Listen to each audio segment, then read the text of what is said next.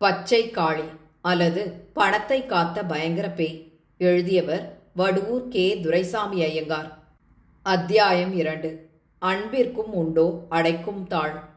காரைக்கால் என்பது பிரெஞ்சுக்காரர்களுடைய ஆட்சிக்குட்பட்ட பட்டணங்களில் ஒன்று. அதற்கு சுமார் 4 மைல் தூரத்தில் பனங்காட்டூர் என்னும் பெயரையுடைய ஒரு சிறிய ஊர் இருக்கிறது. அந்த ஊரில் ஓர் ஐயனார் கோவிலும் சுமார் 50 வீடுகளும் 50,000 பனை மரங்களும் இருக்கின்றன. வீடுகளில் வசிப்போருடைய வாழ்க்கைக்கு தேவையான செல்வம் முழுவதும் 50,000 பனை மரங்களிலேயே அடங்கியிருந்தது. நிலங்களை உழுது சாகுபடி செய்வதை அவர்கள் அறியார்கள்.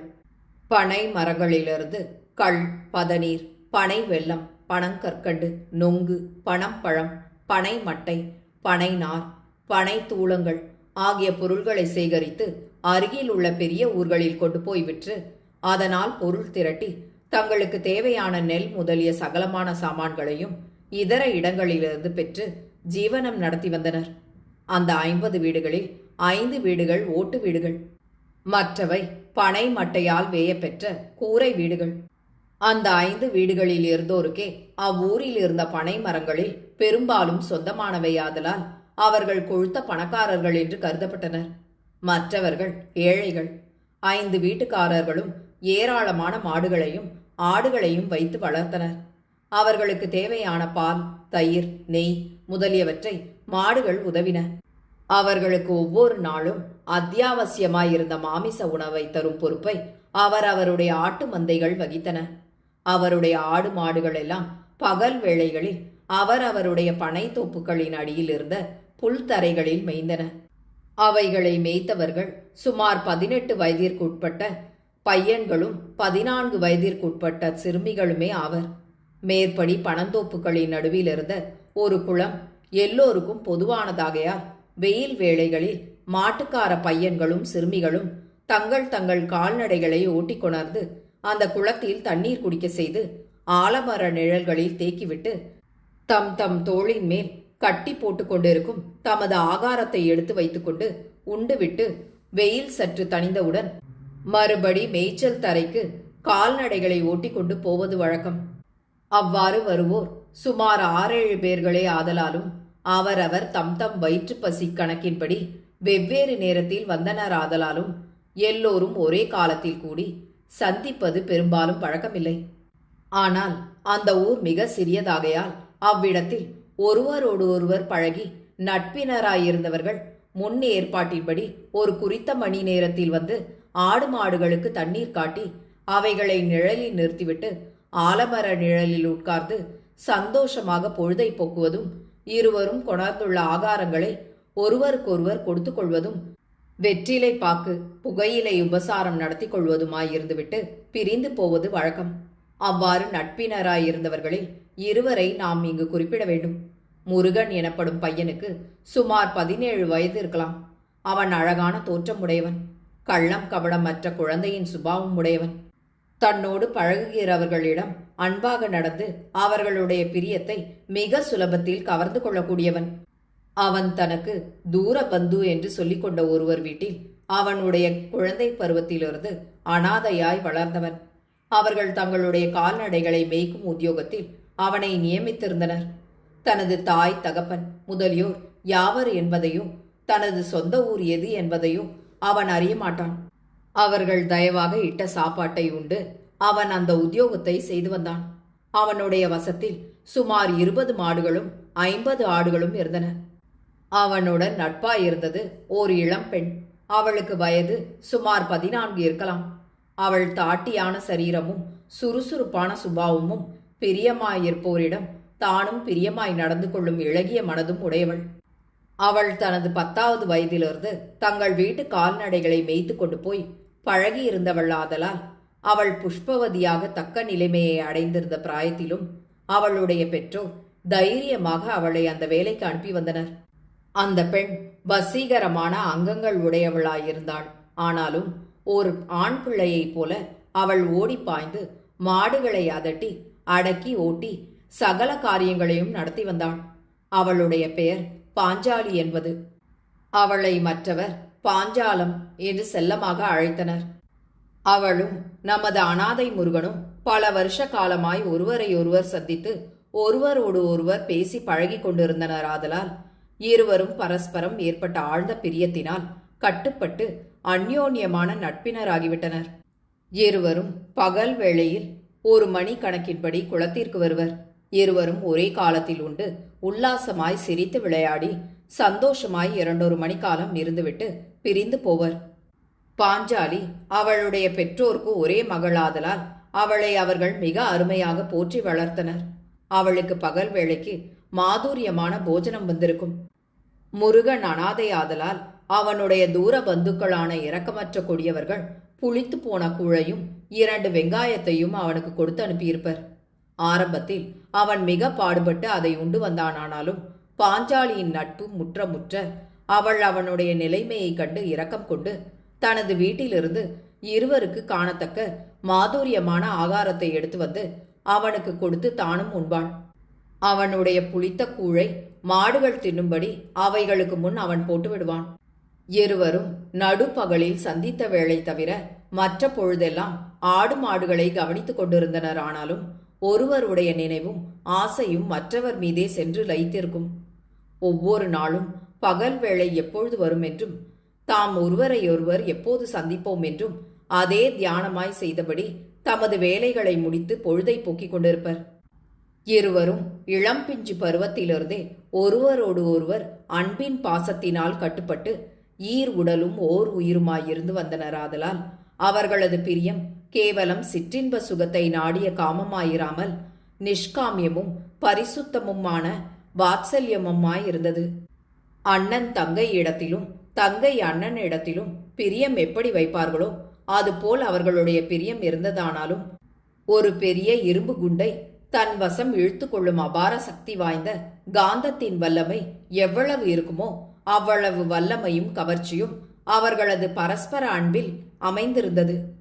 பாஞ்சாலிக்கு ஏதேனும் துன்பம் நேரக்கூடியதாயிருந்தால் அதை விளக்கும் விஷயத்தில் முருகன் தனது உயிரையும் விடக்கூடியவனாயிருந்தான். அதே போல பாஞ்சாலியும் முருகனுக்காக தனது உயிரை திறனமாய் மதிக்கக்கூடியவளாயிருந்தாள். முருகனை குறித்து எவரேனும் இழப்பமான சொற்களை கூறிவிட்டால் உடனே பாஞ்சாலிக்கு ரௌத்திரகாரமான கோபம் வந்துவிடும். அப்படி கூறியவர் தனது பெற்றோராயிருந்தாலும் அவள் அவர்களை பொருட்படுத்தாமல் வீராவேசத்தோடு அவர்களை எதிர்த்து அவர்களுடைய சொற்களை கண்டித்து பேசியே தீர்வாள். பாஞ்சாலியுடன் எவரேனும் எதை குறித்தேனும் சண்டையிடும் பட்சத்தில் முருகன் அவளுடைய கட்சியில் நின்று அவளுக்காக போராடுவான். அவ்வாறு அவர்கள் இருவரும் ஒருவரோடு ஒருவர் அதீதமான பிரியத்தின் பாசத்தினால் பலமாய் பிணைக்கப்பட்டிருந்தனர். வயதில் சற்றே குறைய முருகனைப் போலிருந்த வேறு சில சிறுவர்கள் பாஞ்சாலியின் நட்பை உண்டாக்கிக் கொள்ளும் பொருட்டு பல தடவைகளில் முயன்று வேண்டுமென்றே அவளுடன் பேசத் தொடங்கினர். ஆனாலும் அவள் முகம் கொடுத்து அவர்களுடன் பேசாமல் அவர்களுடைய தொடர்பை விலக்கிக் கொண்டிருந்தாள். ஆதலால் அவர்கள் பாஞ்சாலியிடம் ஆத்திரமும் முருகனிடம் பொறாமையும் கொண்டு அவர்களை பற்றி பலவிதமான அவதூறுகளை ஊரில் பரப்பிவிட்டதன்றி இருவருடைய வீட்டிலிருந்த பெரியோர்களிடத்திலும் தந்திரமாக கோள் மூட்டத் தொடங்கினர். பாஞ்சாலியின் பெற்றோர் அவளை பற்றி மேலான அபிப்பிராயம் கொண்டிருந்ததன்றி அவளை நிரம்பவும் செல்வமாய் பாராட்டினவர்களாதலால் அந்த கோள் சொற்களை பொருட்படுத்தாது அவ்வாறு சொன்னவர்களை கண்டித்து கடிந்து கோபமாய் பேசி, எங்கள் பெண்ணை போல் இந்த உலகத்திலேயே வேறு பெண்கள் இருக்க மாட்டார்களே, அவளுடைய காலடியை மிதித்தவர்கள் கூட கெட்டவர்களாயிருந்தால் நல்ல மனிதர்களாய் மாறிவிடுவார்களே, அப்படி இருக்க நீங்கள் இப்படி அபாண்ட புழுகுகளாய் புழுகுகிறீர்களே, இனி இந்த மாதிரியெல்லாம் அவளை பற்றி சொல்லிக் கொண்டு எங்களிடம் வரவேண்டாம், வந்தால் தெரியும் செய்தி என்ற ஆத்திரத்தோடு கூறி அனுப்புவர். அவ்வாறு கோள் சொன்னவர் அதற்கு மேல் பேச மாட்டாமல் வெட்கி தலை குனிந்து கொண்டு போய்விடுவர். ஆனால் முருகன் எந்த வீட்டில் இருந்தானோ அதன் சொந்தக்காரர்கள் தங்களிடம் சொல்லப்படும் கோள்களை நிஜமென்று நம்பி உடனே முருகன் மீது கோபம் கொண்டு அவனை தாறுமாறாக வைத்து கண்டிக்க தொடங்கிவிடுவர். டேய் முருகா, உன்னுடைய யோக்கியதை எவ்வளவு? உன்னுடைய வயது என்ன? இதற்குள் தலை கொழுத்து போய்விட்டதோ? இனி உன்மேல் இந்த மாதிரியான புகார் வருமானால் உன்னை மரத்தில் கட்டி கை கால்களையெல்லாம் சூடு போட்டு விடுவோம் என்று கூறி அதட்டி அனுப்புவர். அதோடு அவனுக்கு கிடைக்கும் நாரல் கூழின் அளவும் 1/4 பங்காக குறைந்து போகும். அப்படியெல்லாம் வீட்டில் அவனுக்கு மரியாதைகள் நடந்தனவானாலும் அவனுடைய மனத்தில் பாஞ்சாலியினிடம் ஏற்பட்டிருந்த பிரியமும் கவர்ச்சியும் சிறிதும் குறையாமலே இருக்கும். அவன் பிறருக்கு தெரியாதபடி வழக்கம் போல் அவளை சந்தித்து எப்போதும் போல் நடந்து கொள்வான். வீட்டில் நேரிட்ட சச்சரவை அவன் அவளிடம் வெளியிடாமல் தன் மனதிலேயே வைத்துக் கொள்வான். அந்த நிலைமையில் அவர்கள் இருவரும் ஒரு பகலில் ஆலமரத்தடியில் சந்தித்து தமது சாப்பாட்டை முடித்துவிட்டு சிறிது நேரம் உட்கார்ந்திருந்தபோது பாஞ்சாலி முருகனை நோக்கி, என்ன அண்ணா, அந்த பாவி கொஞ்சமும் ஈவிரக்கம் இல்லாமல் இப்படி அழுகி போன கூழை உனக்கு கொடுக்கிறாளே, இந்த அழுகல் கூழ் ஒவ்வொரு நாளும் அவளுக்கு எங்கிருந்து கிடைக்கிறது என்று மிக உருக்கமான குரலில் வினவினாள். அதற்கு முருகன், கூழ் எனக்காகத்தானே தயாராகிறது. அவர்கள் யாரும் கூழை கண்ணாலும் பார்ப்பதில்லை. ஒரு நாளைக்கு செய்தால் அது 5-6 நாட்கள் வரையில் அப்படியே கிடக்கிறது. அதிலிருந்து ஒவ்வொரு வேளைக்கும் எடுத்து எனக்கு கொடுக்கிறான். அதனால் ஒவ்வொரு வேளையிலும் எனக்கு அழுகின கூழே கிடைக்கிறது. பாஞ்சாலி கண் கலக்கத்தோடு, ஐயோ அண்ணா, நீ எப்படித்தான் வீட்டில் காலையிலும் இரவிலும் இதை சாப்பிடுகிறாயோ? இந்த கூழை பார்க்கும்போதே நாற்றம் வயிற்றை குமட்டுகிறதே. சில சமயங்களில் இதை மாடு கூட தின்னமாட்டேன் என்கிறதே. இதை அவள் உனக்கு ஒவ்வொரு வேளையிலும் போடுகிறாளே, அவள் பேயா பிசாசா என்பது தெரியவில்லையே. அவளுக்கு ஐயனாரப்பன் சீக்கிரம் கூலி கொடுத்து விடுவார். முருகன் கண்களில் கண்ணீர் ததும்ப, பாஞ்சாலம், நீ இல்லாமல் போனால் நான் செத்துப்போய் எத்தனை வருஷம் ஆகியிருக்கும் தெரியுமா? ஒவ்வொரு பகலிலும் நீ இடும் சாப்பாட்டினால்தான் நான் ஜீவித்திருக்கிறேன். வீட்டில் காலையிலும் இரவிலும் நான் அந்த கூழை சாப்பிடுவதே இல்லையே. சாப்பிடுவது போல் பாசாங்கு பண்ணி எடுத்து மாட்டுத் தொட்டியில் கொட்டிவிட்டு கிண்ணியை கழுவி வைத்து விடுகிறேன். அதை கேட்ட பாஞ்சாலி, ஐயோ, என்ன அக்கிரமம் அண்ணா இது! ஒரே வேளை சாப்பாட்டோடு நீ எப்படித்தான் உயிரை வைத்திருக்கிறாயோ தெரியவில்லையே. அவள் வழி தெரிந்து நடக்க மாட்டாள். அவளுக்கு நல்ல கதி ஒரு நாளும் கிடைக்கவே கிடைக்காது என்றாள். அதற்கு முருகன், நீ எனக்கு நல்ல சாப்பாடாய் கொண்டு வந்து கொடுக்கிறாய் என்று இங்கு எவனோ போய் அவர்களிடம் கோள் சொல்லிவிட்டான் போலிருக்கிறது. அது அவர்களுக்கு சகிக்கவில்லை. அடே பொறுக்கி நாயே, என்னமாடா நீ ஊரார் வீட்டு சோற்றுக்கு கையை ஏந்துவாய்? அது எங்களுக்கல்லவா ஏச்சு? இனிமேல் நீ அவளிடம் சோறு வாங்கி தின்றால் உன்னை கட்டி போட்டு முதுகு தோலை உரித்து விடுவோம் என்று சொல்லி பயம் காட்டுகிறார்கள். நல்ல சோறாய் தின்று பழகிவிட்டால் அவர்களுடைய நாரல் கூழ் பிடிக்காமல் போய்விடும் என்கிற எண்ணம் போலிருக்கிறது. இடுப்பில் ஒரு கந்தை துணியோடு குளிரில் நான் நடுங்கிக் கொண்டிருக்கிறேன் என்று இறங்கி நீ கொடுத்த துணியை கட்டி கொண்டு போனால், எங்கே திருடினாய் இதை? முன்னால் இதை கொண்டு போய் எடுத்த இடத்திலே போட்டுவிட்டு வா. ஏது, உனக்கு வர வர ராங்கி அதிகமாகிவிட்டதே. நீ கெட்ட கேட்டுக்கு உன் உடம்பு 8 முழ வேட்டி கேட்குதா என்று அவர்கள் என்னை திட்டின திட்டுக்கள் கணக்கில்லை. நீ இதை கொடுத்தாய் என்றும் இதை எங்கேயும் திருடவில்லை என்றும் நான் சொன்னால் அதை கேட்டதும் முழுவென்று பிடித்து கொண்டு சண்டைக்கு வந்துவிட்டார்கள். அரியா பெண்ணை ஏமாற்றி நீ வீட்டு சொத்தையெல்லாம் கொண்டு வர சொல்லி வாங்கிக் கொள்கிறதாக அவளுடைய அப்பாவும் அம்மாளும் எங்களிடம் சண்டைக்கு வந்தால் உன்னை போலீஸ் ஸ்டேஷனில் ஒப்புவிக்கும்படி நாங்கள் சொல்லிவிடுகிறோம் என்கிறார்கள். இப்படியெல்லாம் அவர்கள் எனக்கு நல்லது எதுவும் உதவாதென்று தடுக்கிறார்கள். தாங்கள் இடாவிட்டாலும் இடுவார் பிச்சையையும் தடுக்கிறார்கள் என்றான். உடனே பாஞ்சாலி, என்ன அண்ணா, மனிதர்கள் இப்படியும் கொடுமை செய்வார்களா? இது தெய்வத்திற்கு அடுக்குமா? நான் உனக்கு சாப்பாடு போடுவது எங்கள் வீட்டாருக்கு தெரியும். நான் அவர்களிடம் கேட்டு வாங்கி கொண்டு வந்தே உனக்கு துணி கொடுத்தேன். அவர்கள் ஒரு நாளும் உங்கள் வீட்டாரிடம் போய் புகார் பண்ண மாட்டார்கள். அவர்கள் வேண்டுமென்றே உன்னை வதைக்கிறார்கள். இத்தனைக்கும் உன்னிடம் அவர்கள் சரியானபடி வேலை வாங்கிக் கொள்கிறார்கள். அவர்கள் உன்னை நடத்துவதை பார்த்தால் அவர்களுக்கு நீ சொந்தக்காரனாய் இருக்க மாட்டாய் என்ற சந்தேகமே எனக்கு உண்டாகிறது. உனக்கும் அவர்களுக்கும் கொஞ்சமாவது சொந்தம் இருந்தால் கொடிய விரோதியை நடத்துவது போல் உன்னை இப்படியெல்லாம் நடத்த மாட்டார்கள். நீ அவர்களுக்கு எந்த விதத்தில் சொந்தம் என்று அவர்கள் சொல்கிறார்கள் என்று கேட்டாள். அதற்கு முருகன், யாராவது கேட்டால் எங்கள் பங்காளி வீட்டு பையன் என்று மாத்திரம் சொல்கிறார்களே அல்லாமல் எந்த பங்காளி என்பதை சொல்வதில்லை. நான் கேட்டால் நீ யார் வீட்டு பையன் என்பது உனக்கு அவசியம் தெரிய வேண்டுமா? உன் அப்பன் லட்சம் ரூபாய்க்கு சொத்து வைத்திருக்கிறான். போய் அதை எடுத்துக்கொள்ளலாம் என்ற எண்ணம் போலிருக்கிறது. ஆடே போடா, போக்கிடம் கெட்டவனே, உன் தாய் தகப்பன் யார் என்பது எங்களுக்கே தெரியாது. நீ அனாதையாய் ஒரு மரத்தடியில் கிடந்தாய், நாங்கள் எடுத்து வந்து வளர்த்தோம் என்கிறார்கள். அதை கேட்ட பாஞ்சாலி, மரத்தடியில் கிடந்த நீ இந்த பாவிகளின் கையில் தானா அகப்பட வேண்டும்? எத்தனையோ பேர் பிள்ளைக்காக தவம் கிடக்கிறார்களே, அவர்களுடைய கையில் நீ அகப்பட்டு இருக்கக்கூடாதா? என்னுடைய அப்பா அம்மா கையில் நீ அகப்பட்டு இருக்கக்கூடாதா அண்ணா? அப்போது நீ என் கூடவே எப்போதும் இருப்பாயே. நன்றாக 3 வேளை கறியும் சோறும் சாப்பிடுவாயே. அப்போது நீ இப்படியா இருப்பாய்? மாப்பிள்ளை போல இன்னும் எப்படி இருப்பாய் தெரியுமா? இவர்கள் செய்யும் கொடுமைகளை நீ எப்படித்தான் பொறுத்து கொண்டிருக்கிறாயோ என்றான். அதற்கு முருகன், தங்கச்சி, நான் சத்தியமாய் சொல்கிறேன், கயிற்றை கழுத்தில் மாட்டிக்கொண்டு ஒரு புளிய மரத்தில் தொங்கிவிடலாமா என்று நான் எத்தனையோ தடவை எண்ணினேன். உன்மேல் நான் வைத்திருக்கும் ஆசை குறுக்கில் வந்து போராடியது. உன்னுடைய முகம் எப்போதும் என் மனதில் அப்படி நின்று கொண்டே இருக்கிறது. அண்ணா, வேண்டாம், அப்படி செய்யாதே. நீ செத்துப்போனால் நானும் செத்துப்போவேன். உன்னை விட்டு பிரிந்து நான் ஒரு நாளும் சகித்திருக்க மாட்டேன் என்று நீ சொல்லி என்னை தடுப்பது போலவே நான் ஒவ்வொரு தடவையும் உணர்ந்து அந்த எண்ணத்தை மாற்றிக்கொண்டேன். பாஞ்சாலி கண் கலக்கமடைந்து, ஐயோ அண்ணா, உன்னை பார்க்காவிட்டால் நான் மெய்யாகவே செத்துப்போவேன். ஒவ்வொரு நாளும் ஒரு தடவையாவது உன்னை பார்க்காமலும் உன்னோடு பேசாமலும் என்னால் இருக்க முடியுமா அண்ணா? நான் நாள் முழுவதும் பட்டினி கிடந்தாலும் கிடப்பேன்.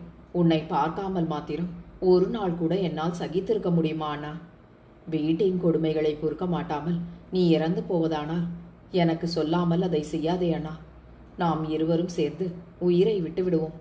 முருகன் தழுதழுத்த குரலில், அம்மா பாஞ்சாலம், நான் ஆண் பிள்ளை, எவ்வளவு காலமானாலும் இப்படியே இருக்கலாம். நீ பெண்ணாய் பிறந்தவள். இன்னும் கொஞ்ச காலத்தில் நீ பெரிய மனுஷியாகிவிடுவாய். அதற்கு பின் உன்னை யாருக்காவது கட்டி கொடுத்து விடுவார்களே. நீ உன் புருஷனுடைய வீட்டிற்கு போய் எஜமானி ஸ்தானம் வகிக்க வேண்டாமா? எப்போதும் நீ இங்கே வந்து மாடு மேய்த்து கொண்டே இருப்பாயா? உன் புருஷர் உன்னை வீட்டில் வைத்திருப்பாரன்றி வெளியில் அனுப்புவாரா? அப்போது நான் உன்னை எப்படி பார்ப்பேன் தங்கமே? நீ ஒரு நாள் இங்கே வராவிட்டால் இவ்வளவு பட்சமாக என்னோடு பேசி எனக்கு ஒரு வாய் கவளம் கொடுக்கக்கூடியவர்கள் இந்த உலகத்தில் யார் இருக்கிறார்கள் பாஞ்சாலம்?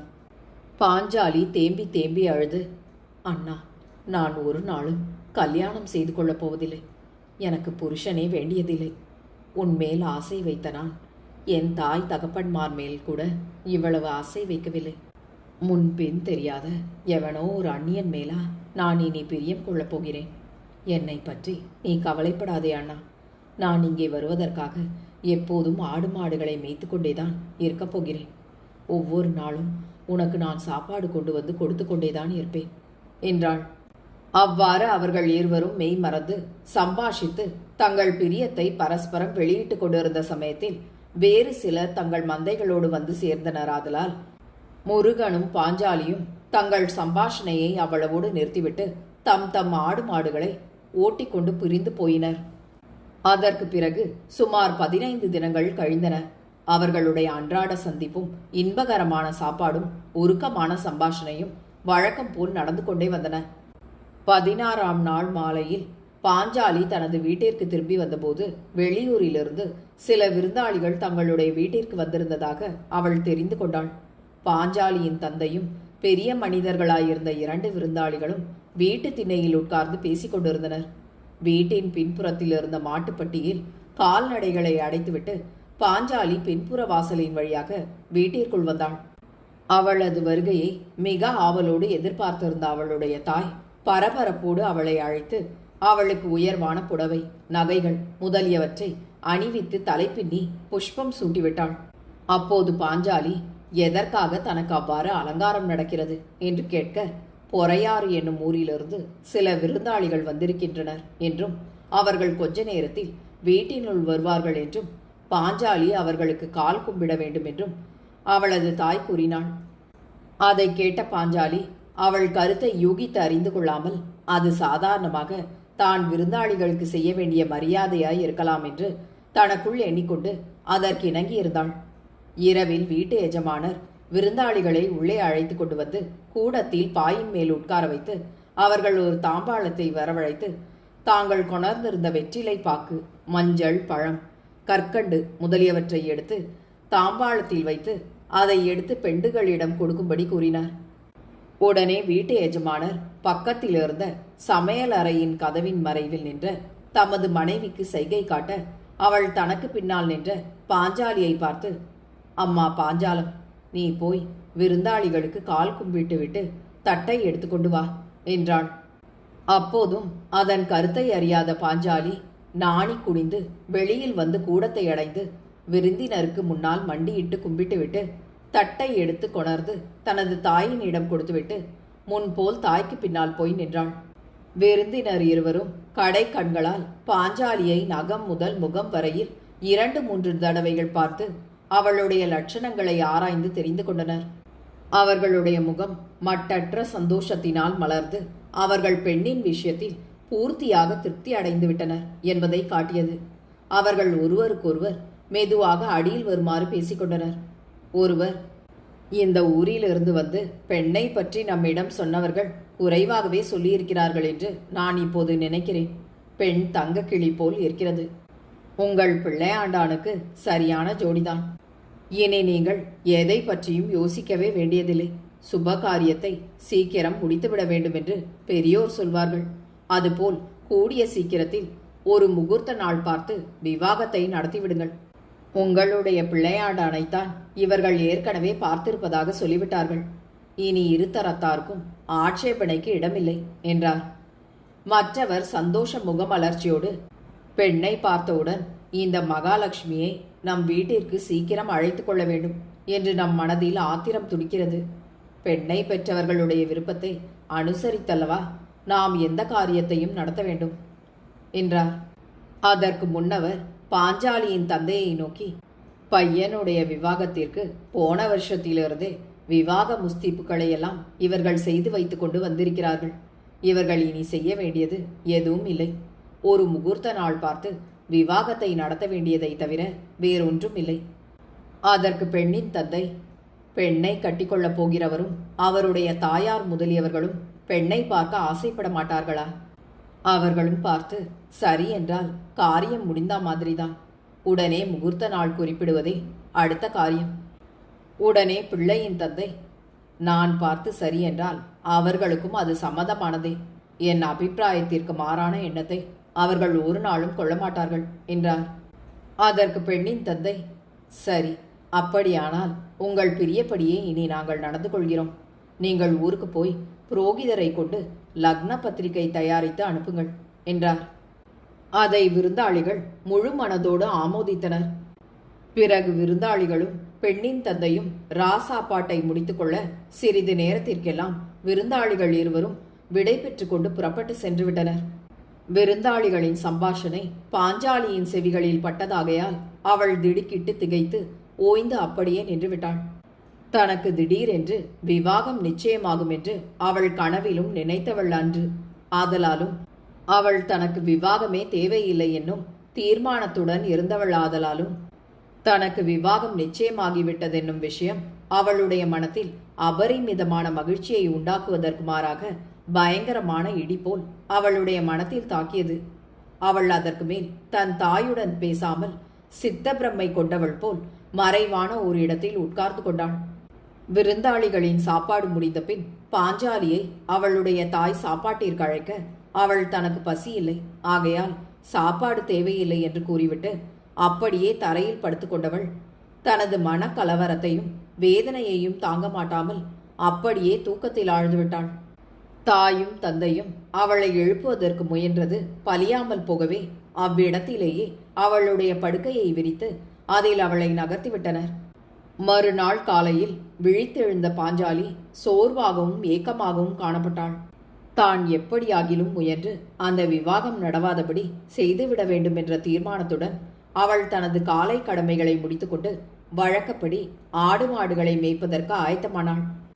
அவளுக்கு சாப்பாட்டில் மனம் நாட்டம் கொள்ளவில்லை. ஆனாலும் உடம்பின் சோர்வை நீக்கிக் கொள்வதற்காக சொற்பமாய் போஜனம் செய்த பின் பகல் சாப்பாட்டிற்கு தேவையான சாதம் முதலியவற்றை கொடுக்கும்படி தாயிடம் கேட்க, அதற்கு அவள், அம்மா பாஞ்சாலம், இன்று முதல் நீ ஆடு மாடுகளை மேய்க்கப் போக வேண்டாம். அப்பா அதற்கு வேறொரு கூலி ஆளை அமர்த்த போயிருக்கிறார்கள் என்றாள். பாஞ்சாலி திடுக்கிட்டு, ஏன் நான் போகக்கூடாது? நான் இருக்கையில் என் வேலையை செய்ய எதற்காக கூலி ஆளை நியமிக்கிறது? உடனே தாய் அன்போடு, அம்மா குழந்தாய், உனக்கு கல்யாணம் பண்ணி வைக்க ஏற்பாடு செய்திருக்கிறோம். பிள்ளை வீட்டார் பெரிய பிரபுக்கள். அவர்களுக்கு ஒரே பிள்ளை. அவருக்கு உன்னை கட்டி கொடுக்கப் போகிறோம். அது சாதாரணமாய் நமக்கு கிடைக்கக்கூடிய இடம் அல்ல. நீ இனியும் தனியாக வெளியில் போய் ஆடு மாடுகளை மேய்ப்பது அவர்களுக்கு தெரிந்தால் அவர்கள் அதை எளப்பமாக எண்ணுவார்கள். ஆகையால் இன்று முதல் நீ வெளியில் போக வேண்டாம் என்றாள். அதை கேட்ட பாஞ்சாலி, அம்மா, எனக்கு கல்யாணம் வேண்டாம் என்று நான் எத்தனையோ தடவைகளில் சொல்லியிருக்கிறேன். அப்படியிருந்தும் என்னுடைய சம்மதம் இல்லாமல் நீங்கள் ஏன் இந்த ஏற்பாட்டை செய்தீர்கள்? தாய் அபாரமான வியப்பும் மனக்கலக்கமும் அடைந்தவளாய், என்ன பாஞ்சாலம், நீ நல்ல புத்திசாலி என்றல்லவா நாங்கள் நினைத்து கொண்டிருக்கிறோம். இப்படி அசட்டுத்தனமாக பேசுகிறாய். உனக்கு கல்யாணம் வேண்டாம் என்றால் இனி எப்போதும் நீ கண்ணி கழியா பெண்ணாகவே இருந்துவிடப் போகிறாயா? ஆம், அப்படியே தான் இருக்கப் போகிறேன். நான் இந்த வீட்டை விட்டு எவருடைய வீட்டிற்கும் போக மாட்டேன். இதுவரையில் செய்தது போல் இனியும் நான் ஒவ்வொரு நாளும் ஆடு மாடுகளை மேய்த்து கொண்டு இருக்கத்தான் போகிறேன் என்றாள் பாஞ்சாலி.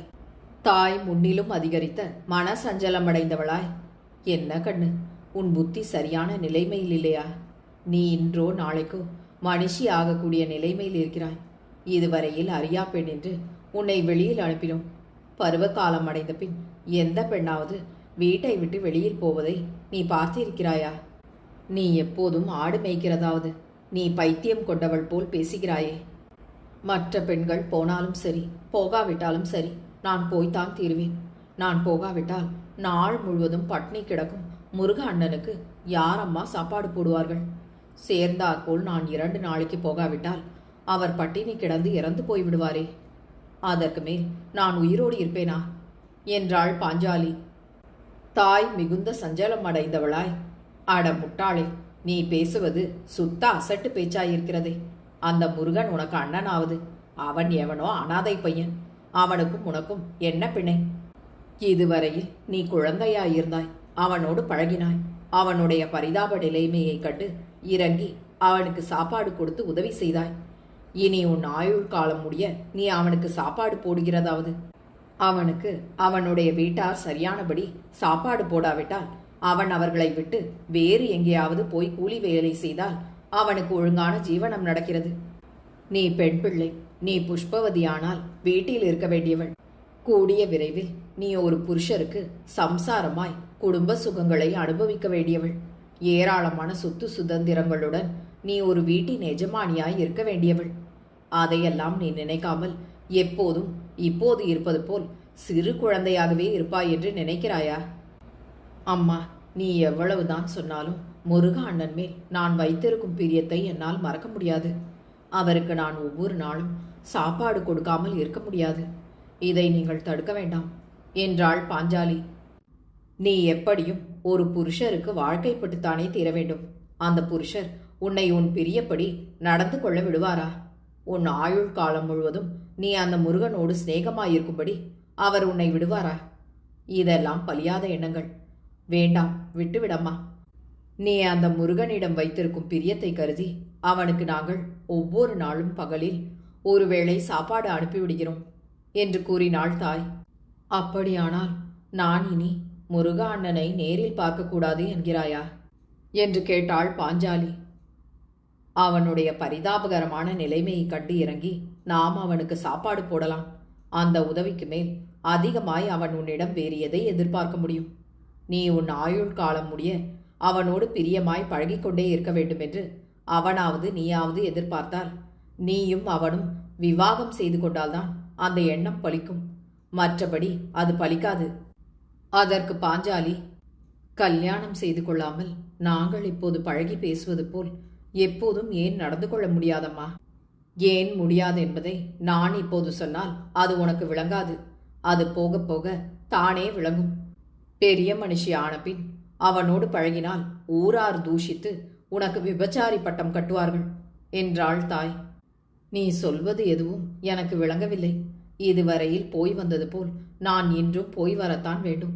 நீயாவது அப்பாவாவது தடுத்தால் உங்கள் இருவருக்கும் தெரியாமல் நான் கிணற்றில் விழுந்து உயிரை விட்டுவிடப் போகிறேன். இது நிச்சயமான தீர்மானம் என்றாள் பாஞ்சாலி. தாய் நிரம்பும் கவலையும் வேதனையும் கொண்டு, என்ன கண்ணு, அவனுடைய பித்து பலமாய் உன்னை பிடித்து கொண்டு ஆட்டுகிறது போல் இருக்கிறதே. அவன் தன்னுடைய தாய் தகப்பன்மார் இன்னார் என்பதே தெரியாதபடி அனாதையாய் வளரும் பரதேசி. அவன் என்ன ஜாதியான் என்பதே சந்தேகம். அவன் ஒருவேளை பஞ்சம ஜாதியை சேர்ந்தவனாய் இருந்தாலும் இருக்கலாம். அவனுக்காக நீ உயிரை விடுகிறதென்பது உன்னுடைய விவேகத்திற்கு அடுத்ததல்ல. இதை ஊரார் கேட்டால் வீண் அபவாதத்தை பரப்புவார்கள்.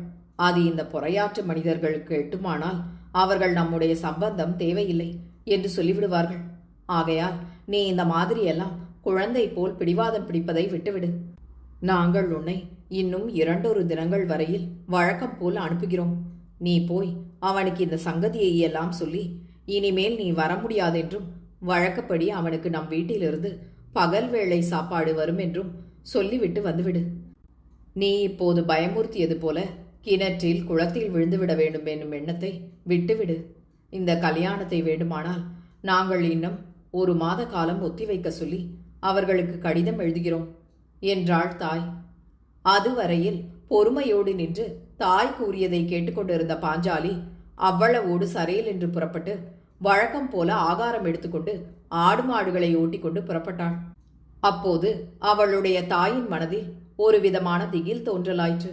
பாஞ்சாலி தன்னுடைய அறியாமையினால் கிணற்றில் விழுந்துவிட வேண்டும் என்ற தீர்மானத்துடன் அவ்வாறு போகிறாளோ என்ற எண்ணம் அவளுடைய தாயின் மனத்தில் உண்டாகவே அவள் விரைவாக பாஞ்சாலியிடம் சென்று, அம்மா, குழந்தை, நான் சொன்னேன் என்று கிணற்றில் விழுந்து விடாதே.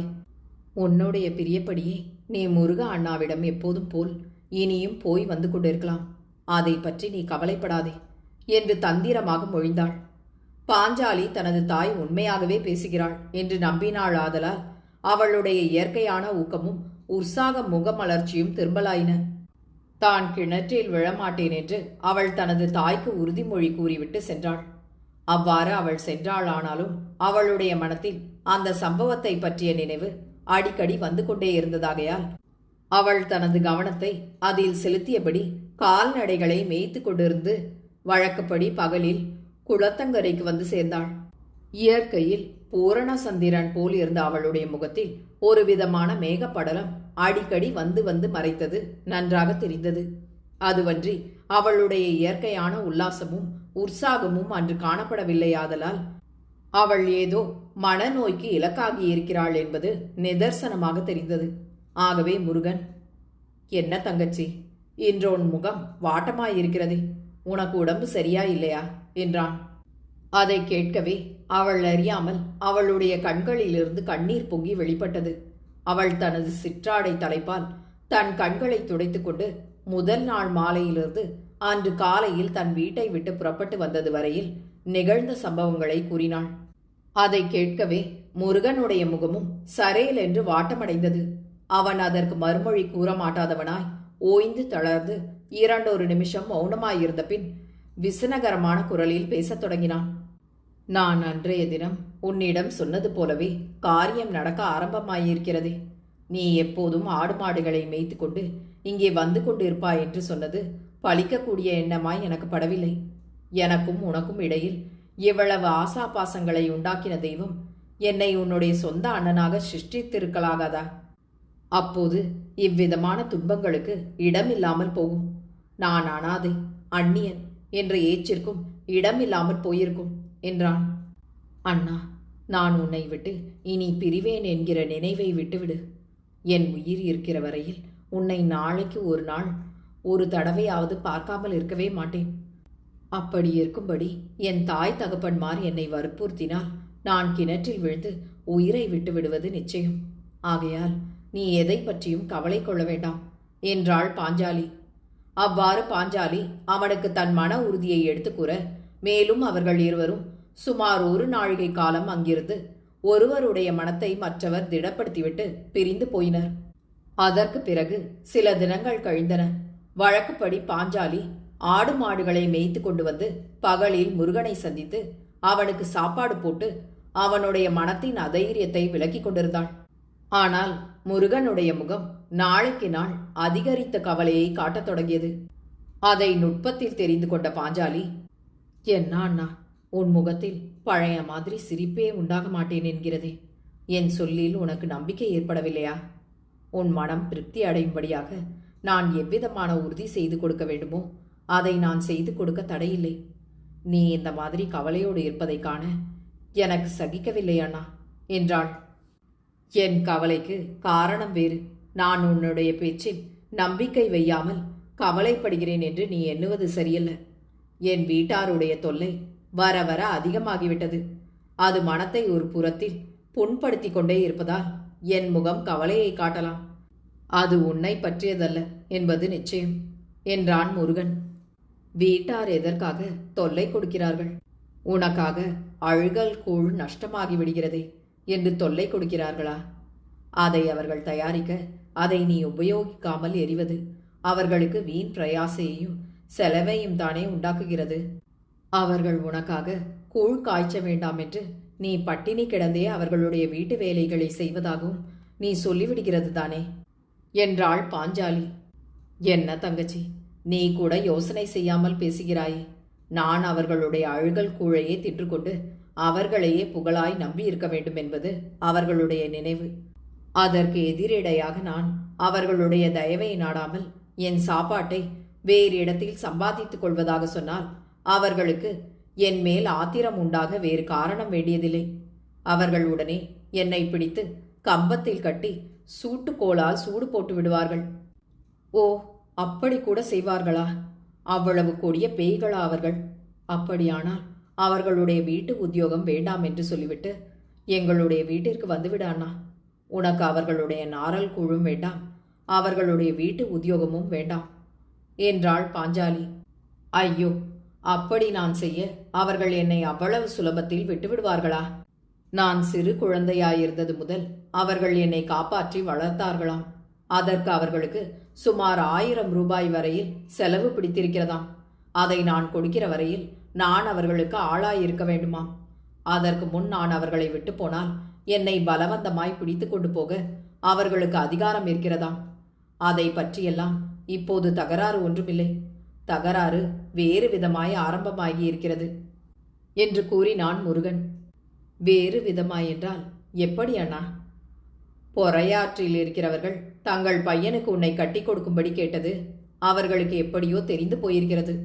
அந்த சங்கதியை வைத்துக்கொண்டு அவர்கள் மனம் போனபடியெல்லாம் பேசுகிறார்கள் என்றான் முருகன். அந்த சங்கதியை வைத்துக்கொண்டு அவர்கள் பேசுவதற்கு என்ன இருக்கிறது அண்ணா? பிள்ளை வீட்டுக்காரர்கள் பெண் கேட்டதற்கு உங்கள் தாயும் தகப்பனும் சம்மதித்தார்களாம். ஆனால் நீ என்னை தவிர வேறு யாரையும் கட்டிக்கொள்ள மாட்டேன் என்றும் அவர்கள் உன்னை கட்டாயப்படுத்தினால் நீ கிணற்றில் விழுந்து செத்து போய்விடுவதாயும் சொல்லி பயமுறுத்தினாயாம். அதோடு உங்கள் வீட்டார் பொறையாற்று ஏற்பாட்டை நிறுத்திவிட்டார்களாம். பெண் கொடுக்க முடியாதென்று அவர்களுக்கு கடிதம் அனுப்பிவிட்டார்களாம். எனக்கும் உனக்கும் கல்யாணம் நடக்கப் போகிறதாம். நீ புத்தி அறிந்தவுடன் அதை நடத்திவிட வேண்டுமென்று உங்கள் வீட்டார் முடிவு செய்திருக்கிறார்களாம் என்று விவரம் கூறினான் முருகன். இதெல்லாம் பெரிய கட்டுக்கதையாயிருக்கிறதே. பொறையாற்று ஏற்பாட்டை நிறுத்தியிருக்கலாம். மற்ற விஷயம் எதுவும் நாங்கள் எவரும் மனதால் கூட நினைக்காததாயிருக்கிறதே. அதுவே நிஜம் என்று வைத்துக்கொண்டாலும் அதனால் இவர்களுக்கு என்ன வேதனையாம்? என்னை உனக்கே கட்டி கொடுப்பதாக எங்கள் வீட்டார் தீர்மானித்தால் அதனால் இவர்களுக்கு என்ன கெடுதல் என்று கேட்டாள் பாஞ்சாலி. அதற்கு முருகன், நீங்கள் பெரிய பணக்காரர்களாம். நாங்கள் உங்கள் வீட்டு மாப்பிள்ளையாகிவிட்டால் அதற்கு மேல் எனக்கும் அவர்களுக்கும் உள்ள சம்பந்தம் அடியோடு அற்று போய்விடுமாம். அதனால் பல கெடுதல்கள் ஏற்படுமாம். உடனே பாஞ்சாலி, என்ன கெடுதல்கள்? அவர்களுடைய ஆடு மாடுகளை மேய்க்கவும் அவர்களுடைய அழுகல் கூழை தின்னவும் ஆள் இல்லாமல் போய்விடுவான். அது ஒரு கெடுதல். ஆனால் அதற்கு நீ பிணைப்படவில்லை. அது தவிர அவர்களுக்கு பிடித்த செலவான 1000 ரூபாய் போய்விடும். அது இன்னொரு கெடுதல். அந்த 1000 ரூபாயை நான் எங்கள் வீட்டில் வாங்கி கொடுத்து விடுகிறேன். அப்போது அவர்கள் என்ன செய்வார்கள்? முருகன் கண்கள் கலங்க, அவர்கள் இன்னொரு புதிய சங்கதியை இப்போது சொல்கிறார்கள். என்னை சிறு வயதில் இவர்களிடம் ஒப்புவித்தவர் இப்போது பொறையாற்றில் இருக்கிறாராம். அவர் இந்த அம்மாளுடைய மாமனாம்.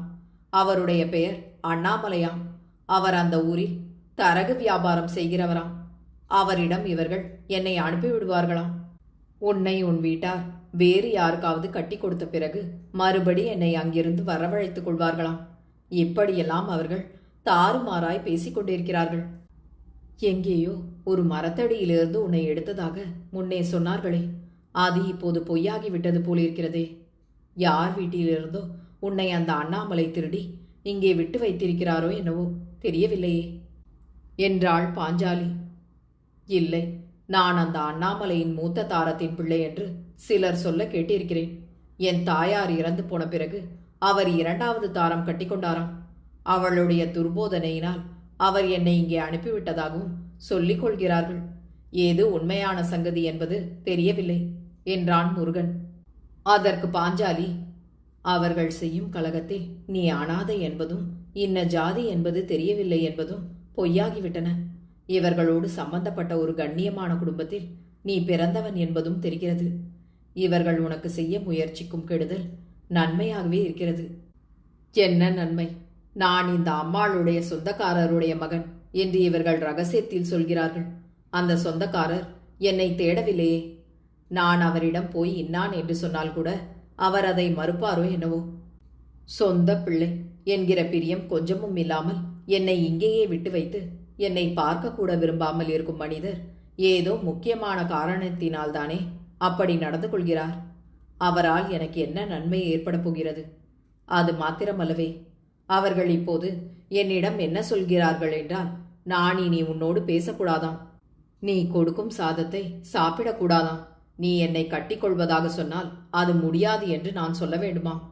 இப்படியெல்லாம் அவர்கள் காய்தா பண்ணுகிறார்கள். அதற்கு நீ என்ன பதில் சொன்னாயண்ணா? நான் வாயை திறந்து ஏதாவது ஒரு பேச்சு பேசினால் உடனே எல்லோருக்கும் கோபம் வந்து விடுகிறது. உடனே மூளைக்கு ஒருவராய் முழு முழுவென்று பேச கிளம்பி விடுகிறார்கள். ஆகையால் அவர்கள் எதை சொன்னாலும் நான் வாயை திறக்கிறதே இல்லை. நான் அமுக்கு பிள்ளையார் போல் பேசாமல் இருக்கிறேன் என்று சொல்லி என்னை நேற்று அடித்தார்கள். நீங்கள் என்னை அடித்தாலும் சரி, கொன்றாலும் சரி, நான் என் உயிர் உள்ள வரையில் என் தங்கச்சியோடு பேசியேத்தான் தீருவேன் என்று நான் என் மனதிற்குள் எண்ணிக்கொண்டு எல்லாவற்றையும் சகித்து கொண்டிருந்துவிட்டு ஆடு மாடுகளை ஓட்டிக்கொண்டு வந்துவிட்டேன் என்றான் முருகன். அதை கேட்ட பாஞ்சாலி, இரண்டு வீட்டாரும் நம் இருவருக்கும் பெரிய தொல்லையை உண்டாக்கி கொண்டே இருக்கிறார்கள். நான் கிணற்றில் விழுந்து விடுவேன் என்று சொன்னது முதல் எங்கள் வீட்டார் பேசாமல் இருக்கிறார்கள்.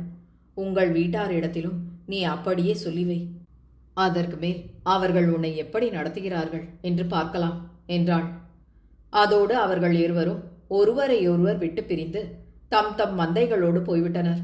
அதன் பிறகு சில தினங்கள் எவ்வித சம்பவமும் இன்றி கழிந்தன. ஒரு நாள் பகலில் முருகன் தனது வீட்டாரின் தொல்லை பொறுக்கக்கூடாததாகிவிடவே உண்மையில் தான் தற்கொலை செய்து கொள்ள வேண்டும் என்று தீர்மானித்து அந்த எண்ணத்தை பாஞ்சாலியிடம் தான் எப்படி தெரிவிப்பதென்பதை பற்றி பலவாறு சிந்தித்தபடி அவளுடைய வருகைக்காக ஆவலோடு காத்திருக்க, வழக்கமாக அவள் வரவேண்டிய நேரம் கழிந்துவிட்டது. அவள் வரவில்லை. ஒரு நாளும் அவள் அவ்வாறு வர தவறியதில்லையாதலால் அதன் காரணத்தை அறிய மாட்டாமல் முருகன் மிகுந்த சஞ்சலமடைந்து தத்தளித்துக் கொண்டிருந்த சமயத்தில் பாஞ்சாலியின் மந்தையை ஓட்டிக்கொண்டு ஒரு கூலி ஆள் வந்து சேர்ந்தான். அந்த மாறுபாட்டை கண்ட முருகனுடைய மனதில் பகீர் என்று அச்சம் கிளம்பியது. பாஞ்சாலி ஒருவேளை கிணற்றில் விழுந்திருப்பாளோ என்னும் எண்ணமே முதலில் அவனுடைய மனத்தில் எழுந்தது. அவன் அந்த கூலிக்காரனை பார்த்து, யாரப்பா நீ? புது ஆளாயிருக்கிறாய். இந்த மந்தை பாஞ்சாலியின் மந்தை போல் இருக்கிறதே என்றான். அதற்கு அந்த கூலியாள், இது பாஞ்சாலியின் மந்தைதான். அவள் நேற்றிரவு பெரிய மனுஷியாகிவிட்டாள். ஆகையால் இனிமேல் அவள் வீட்டை விட்டு வெளியில் வரமாட்டாள். இந்த வேலைக்கு என்னை நியமித்திருக்கிறார்கள். பாஞ்சாலி உனக்கு தினம் சாப்பாடு கொடுப்பது வழக்கமாம். அதன்படி தினம் எடுத்துக்கொண்டு வந்து கொடுக்கும்படி அவளுடைய அம்மாள் எனக்கு உத்தரவு கொடுத்திருக்கிறார்கள்.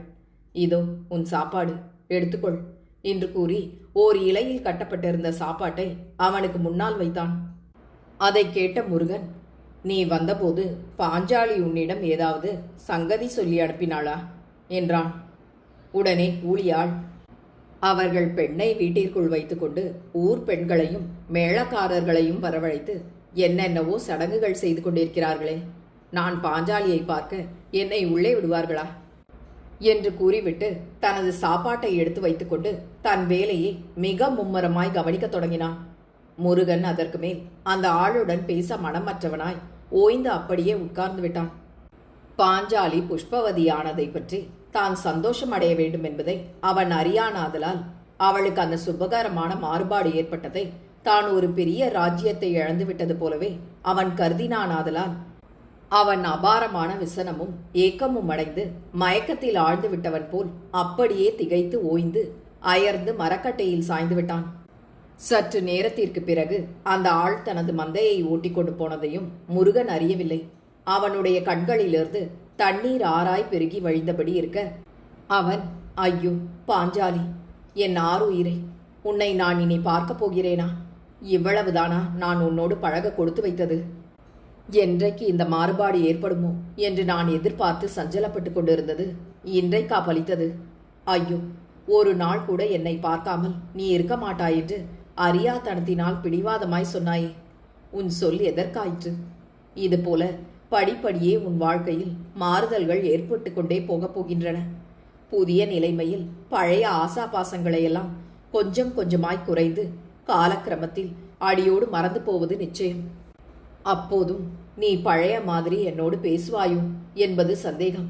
உன்னுடைய நினைவையும் உன் முகத்தையும் நான் எப்படி மறப்பேன்? இனி நான் உன்னை காணப்போகிறேனா? கண்டாலும் நீ என்னோடு பேசப் போகிறாயா? இவ்வளவுதானா என் வாழ்க்கை? வீட்டில் அவர்களுடைய தொல்லையை பொறுக்க மாட்டாமல் தற்கொலை செய்து கொள்ள உன் சம்மதியை எதிர்பார்த்தேன்.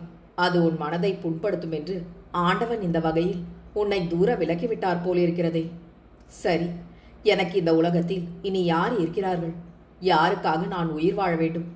நீ ஏதாவது செய்தி சொல்லி அனுப்புகிறாயா என்று இன்னும் 2 தினங்கள் பொறுத்திருந்து பிறகு தற்கொலை செய்து கொள்கிறேன் என்று தனக்குள் எண்ணமிட்டவனாய் வெகு நேரம் அதே நிலைமையில் இருந்தான். அன்றைய தினம் அவனுக்கு சாப்பாட்டில் நாட்டம் ஏற்படவில்லையானாலும் 2 தினங்கள் தான் உயிருடன் இருந்து தனது கடமைகளை செய்ய வேண்டியிருந்ததை கருதி அந்த ஆள் கொடுத்த ஆகாரத்தில் சிறிதளவு உண்டு தண்ணீர் பருகிவிட்டு மிகுதியை குளத்தின் மீன்களுக்கு உணவாய் கொட்டிவிட்டு மந்தையை ஓட்டிக்கொண்டு வழக்கப்படி மேய்ச்சல் தரைக்கு போய் சேர்ந்தான். அவனது அகக்கண்ணின் முன் பாஞ்சாலியின் வடிவம் நின்று, அண்ணா, நான் உன்னை விட்டு ஒரு நாளும் பிரிந்திருக்க மாட்டேன் என்று சொல்வது போலவே அவன் உணர்ந்து கொண்டிருந்தானானாலும் அவனுடைய மனதும் கவனமும் வேறு எதிலும் செல்லாமல் உள்நோக்கியவையாகவே இருந்தமையால் அவன் நடந்தபோது தூங்குகிறவன் போலவே காணப்பட்டான். ஆடு மாடுகள் அந்தந்த நேரத்தில் என்னென்ன செய்ய வேண்டுமோ அதை செய்து மாலையில் மணிக்கணக்கின்படி வீட்டின் பின்பக்க பட்டிக்கு போய் சேர்ந்தன. அவன் நடைப்பிணம் போல் அவைகளுக்கு பின்னால் சென்று தனது கடமைகளை செய்துவிட்டு இரவில் தனது இயற்கைப்படி மேல் துண்டை விரித்து தரையில் போட்டு வீட்டின் திணையில் படுத்துக்கொண்டான். மறுநாள் ஆகிலும் பாஞ்சாலி தனக்கு ஏதேனும் சொல்லி அனுப்புவாள் என்ற நம்பிக்கை அவனுடைய மனத்தின் ஒரு மூலையில் உண்டாகி கொண்டிருந்ததாகையால் அதனால் ஊக்கப்பட்டு அவன் மறுநாள் காலையில் எழுந்து வழக்கப்படி தனது காலை கடன்களை முடித்துக்கொண்டு மந்தையுடன் மேய்ச்சல் தரைக்கு போய் அங்கிருந்து பகலில் குளக்கரைக்கு சென்று பாஞ்சாலியினது மந்தையின் வருகையை மிக ஆவலோடு எதிர்பார்த்திருந்தான். முதல் நாள் வந்தது போலவே மந்தையை ஓட்டிக்கொண்டு அதே ஆள் வந்து வழக்கம் போல் முருகனுக்கு சாப்பாட்டை கொடுக்க அவன், என்னப்பா, பாஞ்சாலியை நீ பார்த்தாயா என்றான். அக்கூலி ஆள், அடே பைத்தியக்காரா, புத்தி அறிந்திருக்கும் பெண் இருக்கும் இடத்தில் ஆண் பிள்ளைகள் போகலாமாடா? இந்த சமயத்தில் பாஞ்சாலிதான் மற்றவர்களோடு பேசுவாளா? என்ன முட்டாள் கேள்வியடா இது என்றான். அதை கேட்கவே முருகனுடைய முகம் சூம்பி போக அமித்தமான ஏக்கத்தினால் அவனுடைய அங்கங்கள் யாவும் தளர்ந்து போயின. தனக்கு பாஞ்சாலி ஏதேனும் செய்தி சொல்லி அனுப்புவாளா என்று அவன் கொண்டிருந்த நம்பிக்கை தளர்ந்து போகத் தொடங்கியது. ஒருவேளை அவளுடைய குளியல் தினம் கழிந்த பிறகு அவள் மறுபடி மந்தையை மேய்க்க வரலாம், அல்லது தனக்கு செய்தி சொல்லி அனுப்பலாம் என்னும் எண்ணம் புதிதாய் உண்டாகவே அதனால் அவன் சிறிதளவு ஊக்கம் கொண்டு தான் அதுவரையில் பொறுத்திருக்க வேண்டும் என்று தீர்மானித்துக் கொண்டான். அவனுடைய கடமைகள் முதல் நாளில் நடைபெற்றது போலவே அன்றும் நடைபெற்றன. மாலையில் அவன் தனது மந்தையை வீட்டிற்கு ஓட்டிக் கொண்டு போய் பின்புறத்தில் இருந்த பட்டியில் அடைத்துவிட்டு வழக்கப்படி தனது ராபோஜனத்தை கடத்திவிட்டு திண்ணையில் படுத்துக்கொண்டான். அவனுடைய மனதும் உடம்பும் அமைதி அடையாமல் படபடத்த நிலைமையிலேயே இருந்தன.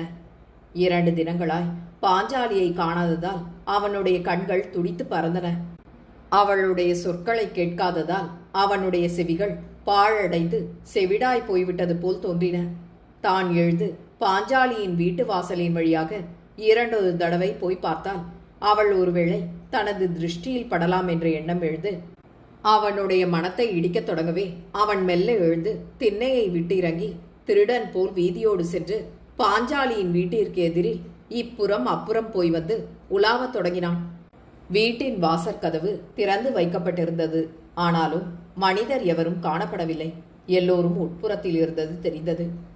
வீதியில் அடிக்கடி சென்ற மனிதர்கள் அவனை சந்தேகரமாக உற்று பார்த்து, யாரது, முருகனா, இருளில் இங்கே என்ன செய்கிறாய் என்று கேட்டுவிட்டு சென்றனராதலால் தான் அங்கே நின்றது அவனுடைய மனத்தில் பெரிதும் அச்சத்தை உண்டாக்கியதாகையால் அவன் அவ்விடத்தை விட்டு திரும்பவும் தன் வீட்டிற்கு வந்து திண்ணையில் ஏற அப்போது திண்ணையில் உட்கார்ந்து கொண்டிருந்த அந்த வீட்டின் தலைவர், எங்கேடா போனாய் என்று அதட்டலாக வினவினார். முருகன் திடுக்கிட்டு நடுங்கி பொய் சொல்ல அஞ்சி உண்மையை வெளிக்காட்டாமல் அப்படியே மௌனமாக நின்றான். உடனே அந்த மனிதர் கோபாவேசத்தோடு, தலை கொழுத்த நாய், முளைக்கையிலேயே உனக்கு இவ்வளவு கெட்ட புத்தியா? நீ பாஞ்சாலியின் வீட்டு வாசலில் நின்றதை பார்த்ததாக சிலர் சொல்லிவிட்டு போகிறார்கள். காலத்தில் உனக்கு அங்கே என்னடா வேலை? இதற்குள் நீ பெரிய மனிதனாகிவிட்டாயா? இருக்கட்டும், பொழுது வெடியட்டும், உனக்கு வழி சொல்லுகிறேன் என்று கூறி அதட்டிவிட்டு உள்ளே சென்றார். முருகனுடைய உடம்பு வெடவெடவென்று நடுங்கத் தொடங்கியது. ஒரு பெரிய திருட்டை நடத்தும் போது அகப்பட்டு கொண்டவன் போல் அவன் தனக்குத்தானே உணர்ந்து அளவற்ற கிளி கொண்டு குன்றி போய் திண்ணையில் ஏறி முடங்கிக் கொண்டான். அன்று இரவு முழுவதும் அவனுடைய மனதும் உடம்பும் வர்ணிப்பில் அடங்காத விபரீத நிலைமையை அடைந்திருந்தன. பொழுது விடிந்த பின் அவன் எழுந்து வழக்கப்படி தனது காலை கடமைகளை செய்துவிட்டு கால்நடைகளை ஓட்டப்போன சமயத்தில் வீட்டின் தலைவர் அவனை அழைத்து, டேய், நீ மாடு மேய்க்க போக வேண்டாம். ஒரு அவசர சோழியாய் நீ பொறையாறு வரையில் போய் வர வேண்டும். உன்னை எங்களிடம் ஒப்படைத்தவரான உன் தகப்பனார் உன்னை உடனே அனுப்பும்படி செய்தி சொல்லி அனுப்பியிருக்கிறார். நீ இப்போதே போக வேண்டும் என்றார். அதை கேட்ட முருகன் திடுக்கிட்டு திகைத்து திருடன் போல் விழிக்கத் தொடங்கினான்.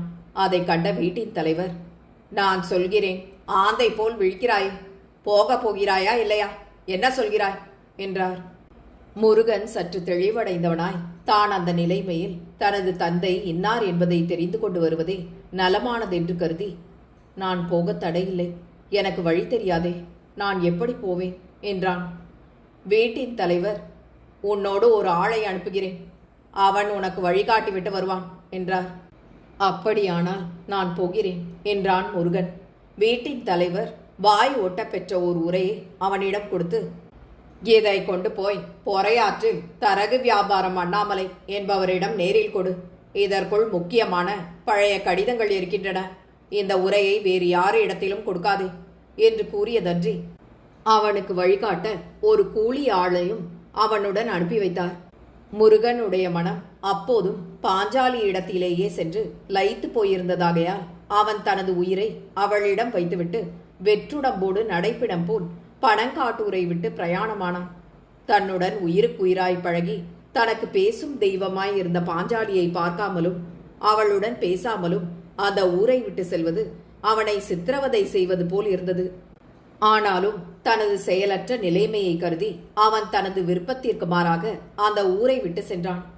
அவனை அழைத்து சென்ற கூலியாள் வழியின் பெரும்பாகமும் அவனுடன் சென்று கடைசியாக ஒரு பெரிய ரஸ்தாவை காட்டி, இதே வழியில் நேராய் போனால் இது உன்னை பொறையாற்றில் கொண்டு போய்விடும், நீ யாரிடத்திலும் கேட்க வேண்டியதில்லை என்று கூறிவிட்டு திரும்பிவிட்டான்.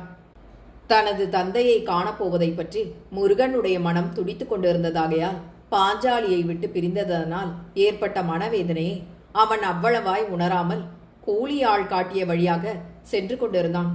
அப்போது ஆகாயத்தில் மேகம் சூழ்ந்து கொண்டிருந்ததாகையால் பலமான ஓசையோடு இடி இடிக்கத் தொடங்கியது. மழை அவசியம் பெய்யும் என்பது முருகனுக்கு தெரிந்திருந்ததாகையால் சிறிது வேகமாக நடக்கத் தொடங்கினான். அவன் 1/4 மைல் தூரம் போவதற்குள் மழை பெய்ய தொடங்கியது. இடைவழியில் பனை மரங்களே இருந்ததாகையாலும் கட்டிடம் இல்லாததனாலும் அவன் தன்னிடம் இருந்த காகித உரையை தனது மடிக்குள் வைத்து மறைத்து கொண்டு அது நனையாதபடி குனிந்து கொண்டே ஓடத் தொடங்கினான். வழியில் வேறு மனிதர் எவரும் காணப்படவில்லை. ஆனால் அவனுக்கு பின்னால் வந்த ஒரு குதிரை வண்டி அவனை கடந்து முன்னால் போயிற்று. அவன் நிமிர்ந்து பார்க்க ஒரு பெரிய மனிதர் அதில் காணப்பட்டார். அந்த பெரிய மனிதர் அவனை உற்று பார்த்தார். முருகன் எதையோ மடியில் கட்டிக்கொண்டு அது மழையில் நனையாமல் இருக்க வேண்டும் என்ற எண்ணத்துடன் குனிந்து கொண்டே வந்ததை அவர் கவனித்தாராதலால் அவர் வண்டியோட்டியிடம் வண்டியை நிறுத்த சொல்ல உடனே வண்டி நிறுத்தப்பட்டது. உடனே பெரிய மனிதர் முருகனை பார்த்து, "அடே பையா, எங்கே போகிறாய்?" என்றார். "நான் பொறையாற்றுக்கு போகிறேன்" என்றான் முருகன். "அங்கே யாருடைய வீட்டிற்கு போகிறாய்?" என்று விசாரித்தார் மனிதர். "தரகு வியாபாரி அண்ணாமலை என்பவரின் வீட்டுக்கு போக வேண்டும்." "அப்படியானால் இப்படி வந்து வண்டிக்காரனுடைய பக்கத்தில் உட்கார்ந்து கொள்" என்றார். அந்த அன்பான மொழிகளை கேட்ட முருகனுடைய மனத்தில் நன்றி அறிதல் உணர்ச்சியும் சந்தோஷமும் பெருகின. அவன் உடனே ஓடி வந்து வண்டியின் முன்பக்கத்தில் ஏறி உட்கார்ந்து கொண்டு தன் மடிக்குள் இருந்த காகித உரையை எடுத்து மழையில் நனையாதபடி அதை உட்புறத்தில் வைத்துக்கொண்டு தனது மேல் துணியை பிழிந்து தலை, உடம்பு முதலியவற்றை துடைத்துக் கொண்டான். "உன் பெயர் என்ன பையா?" என்று கேட்டார் பெரிய மனிதர். "என் பெயர் முருகன்." "எங்கிருந்து வருகிறாய்?" "பனங்காட்டூரிலிருந்து வருகிறேன்." "இந்த அண்ணாமலை வீட்டிற்கு எதற்காக போகிறாய்?" "இவர் என்னுடைய தகப்பனார். நான் இதுவரையில் பனங்காட்டூரில் இவருடைய அக்காள் மகளுடைய வீட்டில் இருந்தேன். அவர்கள் என்னிடம் இந்த கடிதத்தை கொடுத்து இவரிடம் கொடுக்கும்படி அனுப்பினார்கள்" என்றான் முருகன். "என்னடா பையா, நீ சொல்வது வேடிக்கையாயிருக்கிறதே. அண்ணாமலை பெரிய பணக்காரராயிற்றே. அவருக்கு சம்சாரமே இல்லையே. நீ அவருடைய பிள்ளை என்கிறாயே. உன்னை பார்த்தால் யாரோ கூலி ஆள் வீட்டு பிள்ளை போல் அழுக்கு துணிகளோடு இருக்கிறாயே. நீ சொல்வது பொய்தானே?" என்று கேட்டார் பெரிய மனிதர். "நான் பொய் சொல்லவில்லை. நான் குழந்தையாயிருந்தபோதே இவர் என்னை அவர்களிடம் அனுப்பிவிட்டாராம். ஊரார் கேட்டதற்கு இதுவரையில் அவர்கள் நான் யாரோ தூர பந்துவின் பிள்ளை என்றும் அனாதை என்றும் சொன்னார்கள். ஆனால் வீட்டின் தலைவர் இன்று காலையில் என்னை கூப்பிட்டு என் தகப்பனார் என்னை உடனே அனுப்பும்படி செய்தி சொல்லி அனுப்பியிருக்கிறார் என்று சொன்னார். அதன் மேல் இவர் என் தகப்பனார் என்று தெரிந்து கொண்டேன். இதுதான் உண்மை" என்றான் முருகன். "சரி, நான் இதை பற்றி அவரிடமே கேட்கிறேன். அவருடைய வீடு என் வீட்டிற்கு எதிரிலேயே இருக்கிறது" என்றார் பெரிய மனிதர். அவ்வளவோடு அவர்களுடைய சம்பாஷணை நின்றது. சற்று நேரத்தில் வண்டி அந்த பெரிய மனிதருடைய வீட்டின் வாசலில் போய் நின்றது. அப்போது மழை சொற்ப தூற்றலாய் மாறியிருந்ததாகையால் அந்த பெரிய மனிதர் சரையல் என்று வண்டியை விட்டு குதித்து விசையாக ஓடி தமது வீட்டின் வாசற்படிக்கு மேல் ஏறி நிற்க முருகனும் முன்பக்கத்தால் குதித்து அவரிடம் போய் நின்றான். அவர், "அதோ எதிரில் இருக்கிறதே, அதுதான் அண்ணாமலை வீடு. நீ போய் கடிதத்தை அவரிடம் கொடு. நான் இன்னும் கொஞ்ச நேரத்தில் வந்து அவரை பார்க்கிறேன்" என்றார். அதை கேட்ட முருகன் அவரிடம் பணிவாகவும் நன்றி அறிதலை காட்டிய முகத்தோடும் பேசி செலவு பெற்றுக்கொண்டு எதிர் வீட்டை அடைந்து உள்புறத்தில் நுழைந்தான். அந்த வீடு பெரிய மாளிகை போல் காணப்பட்டதானாலும் அங்கு மனிதர்கள் எவரும் காணப்படவில்லை. அண்ணாமலை என்பவர் ஓர் ஊஞ்சல் பலகையின் மேல் உட்கார்ந்து வெல்வெட் திண்டுகளில் சாய்ந்திருந்தார். அவருடைய தோற்றம் ஒரு பெரிய லட்சாதிபதியின் தோற்றம் போல் இருந்தது. அவர் முருகனை பார்த்து வியப்படைந்து அவன் இன்னான் என்பதை தெரிந்து கொள்ள மாட்டாதவராய், "யாரப்பா நீ?" என்றார். "நான் பனங்காட்டூரிலிருந்து வருகிறேன். இதோ உங்களுக்கு ஒரு கடிதம் கொண்டு வந்திருக்கிறேன்" என்று தன்னிடம் இருந்த உரையை எடுத்து அவரிடம் கொடுத்தான் முருகன். அவர் உரையின் வாயை கிழித்து உள்ளே இருந்த பல கடிதங்களை எடுத்து புரட்டி பார்த்தார். பனங்காட்டூரிலிருந்து முருகனை அனுப்பிய மனிதர் அண்ணாமலைக்கு ஒரு கடிதம் எழுதி அதில் வைத்திருந்தார். அதுவன்றி பழைய கடிதங்கள் 4 இருந்தன. அவைகளையெல்லாம் அண்ணாமலை புரட்டி படித்து பார்த்துவிட்டு, "இவைகள் பழைய கடிதங்கள் அல்லவா? இந்த குப்பையை எதற்காக அனுப்பினார்கள்? அவர்கள் இவைகளை அங்கேயே கிழித்து எறிந்திருக்கலாமே" என்று கூறியபடி பழைய கடிதங்கள் 4ஐயும் 2-3 துண்டுகளாய் கிழித்து பக்கத்தில் இருந்த அறைக்குள் போய் ஜன்னலின் வழியாக வீதியில் போட்டுவிட்டு மறுபடியும் வந்து உட்கார்ந்து கொண்டு முருகனிடம் அன்பாக பேசத் தொடங்கி, "என்ன அப்பா முருகா, உனக்கு புத்தி சரியான நிலைமையில் இல்லை என்று அவர்கள் உன்னை இங்கு அனுப்பியிருப்பதாக எழுதியிருக்கிறார்களே, என்ன விசேஷம்? இதுவரையில் நீ நடந்து கொண்டது போல ஒழுங்காய் நடக்கக்கூடாதா? இதற்குள் உன் புத்தி மாறிப்போக வேண்டுமா? நீ அனாதை பையன். உன்மேல் இறங்கி உன்னை வைத்து காப்பாற்றும் மனிதருக்கு இப்படித்தானா பதில் மரியாதை செய்கிறது?" என்றார். முருகன் வியப்போடு, "நான் உண்மையில் அனாதை பையனா? அப்படியானால் நான் உங்களுடைய பிள்ளை அல்லவா? நான் உங்கள் மகன் என்றும் நீங்கள் என்னை அனுப்பும்படி செய்தி சொல்லி அனுப்பியிருப்பதாகவும் அவர்கள் சொன்னார்களே" இரண்டும் தப்பான சங்கதிகள். நீ என் பிள்ளை என்று நான் அவர்களிடம் ஆதி காலத்தில் சும்மா சொல்லி வைத்தேன். அதனால் அவர்கள் அப்படி சொன்னார்கள் போலிருக்கிறது. நீ அங்கே பாஞ்சாலி என்னும் பெண்ணினிடம் உன் யோகியதைக்கு தகாதபடி சம்பந்தம் வைத்துக் கொண்டிருப்பதாக அவர்கள் எழுதியிருக்கிறார்கள். அதனால் உன்னை இனி அங்கே வைத்துக் கொள்வது கெடுதலாக முடியும் என்று நினைத்து அவர்களே உன்னை அனுப்பியிருக்கிறார்கள். நான் அனுப்பும்படி எழுதியிருப்பதாக சொன்னால்தான் நீ வருவாய் என்று அப்படி சொன்னார்கள் போலிருக்கிறது. நீ ஏன் அந்த பெண்ணிடம் அந்த மாதிரி நடந்து கொள்கிறாய் என்று கேட்டார் அண்ணாமலை. இவர்கள் 3 வேளையிலும் அழுகல் கூழை போடுகிறார்கள். அந்த பெண் அவளுடைய 10வது வயதிலிருந்து என்னை அண்ணா அண்ணாவென்று அழைத்து எனக்கு பகலில் கரியும் சோறும் கொடுத்து என்னிடம் பிரியமாய் இருந்து வருகிறவள். அவளால் தான் நான் இதுவரையில் உயிரோடு இருக்கிறேன். இல்லாவிட்டால் இந்நேரம் வியாதியில் விழுந்து இறந்து போயிருப்பேன். நாங்கள் இருவரும் ஒருவரிடத்து ஒருவர் அநேக வருஷ காலமாய் பிரியமாய் இருந்து வருகிறோம். அந்த பெண் பெரிய மனிதர் வீட்டு பெண். அவளுடைய வீட்டாருக்கு தெரிந்தே அவள் என்னோடு பழகி எனக்கு உதவி செய்து வந்திருக்கிறாள். அதில் நான் எவ்விதமான தகாத காரியம் செய்தேன் என்பது தெரியவில்லை. அவள் இப்போதுதான் புத்தி அறிந்திருக்கிறாள். நான் இனி அங்கே இருந்தால் அவள் என்னை கட்டிக்கொள்வாள் என்றும் அதற்கு பிறகு நான் இவர்களிடம் ஆளாயிருக்க மாட்டேன் என்றும் இவர்களே எண்ணிக்கொண்டு இப்படியெல்லாம் என் மேல் அக்கிரம பழி சுமத்துகிறார்கள். நான் தகாத காரியம் எதையும் செய்தவனே அன்று என்றான் முருகன். அதை கேட்ட அண்ணாமலை, இதுவரையில் அவள் அறியா பெண்ணாய் இருந்ததனால் உன்னோடு பழகினது தவறல்ல. இனி அவளுக்கு தக்க இடத்தில் வாழ்க்கைப்பட வேண்டுமல்லவா? நீ அங்கே இருந்தால் அவள் உன்னை கல்யாணம் செய்து கொள்வதாக சொன்னாலும் சொல்வாள். ஆகையால் அவளுக்கு கல்யாணம் முடியும் வரையில் நீ அங்கே இருப்பது சரியல்ல. அதுவரையில் நீ இங்கேயே இரு. என்ன, இங்கேயே இருக்கிறாயா அல்லது அங்கேதான் போவேன் என்கிறாயா? நீங்கள் இங்கே இருக்க சொன்னால் நான் இருக்க தடையில்லை.